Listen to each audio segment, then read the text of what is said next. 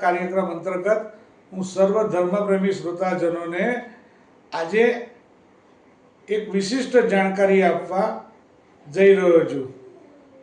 વૈષ્ણવો સર્વે જાણે છે કે નવધા ભક્તિ બહુ શ્રેષ્ઠ ભક્તિ ગણાય છે, પણ નવધા ભક્તિથી પણ જો શ્રેષ્ઠ હોય તો પ્રેમ લક્ષણા ભક્તિ છે।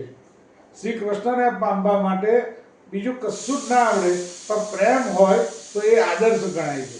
આ માટે ઉદ્ધવજીનું એક દ્રષ્ટાંત આપું કે ઉદ્ધવજી ગોકુળની અંદર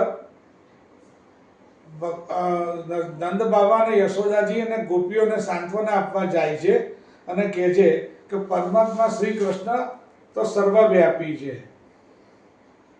બધે જ છે, એમનો તમે વિરહ ના કરશો।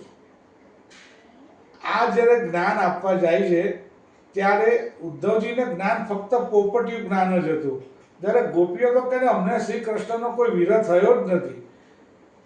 એ મથુરા ભલે ગયા હોય પણ હર હંમેશા અમારી પાસે જ છે।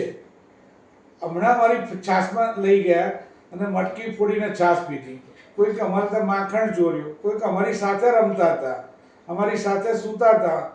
એટલે શ્રી કૃષ્ણ ભગવાન સર્વવ્યાપી છે અને સર્વ જગ્યાએ છે એનું એમને ખાલી જ્ઞાન હતું, પણ વાસ્તવિકતા એનો અનુભવ એમને હતો નહીં।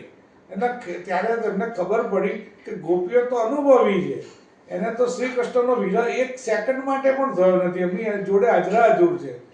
ધેટ મીન્સ કે કોઈ પણ વસ્તુ સર્વવ્યાપી છે, સર્વ જગ્યાએ છે, આ બધું આપણે જાણવું એના કરતાં એનો અનુભવ કરવો।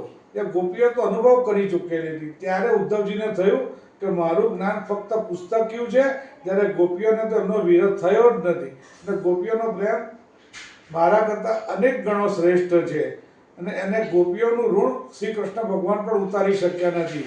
જેવી રીતે રામ ભગવાન હનુમાનજીનું ઋણ ઉતારી શક્યા નથી, આ રીતે ભગવાનને જ્ઞાનથી, વાંચનથી, દાનથી, પુણ્યથી, બધેથી પામવા કરતાં ફક્ત અને ફક્ત એની પર અતૂટ પ્રેમ, અતૂટ વિશ્વાસ રાખો અને માનસી સેવા કરો તો પણ એનું ઉત્કૃષ્ટ ફળ મળે છે। જય શ્રી કૃષ્ણ।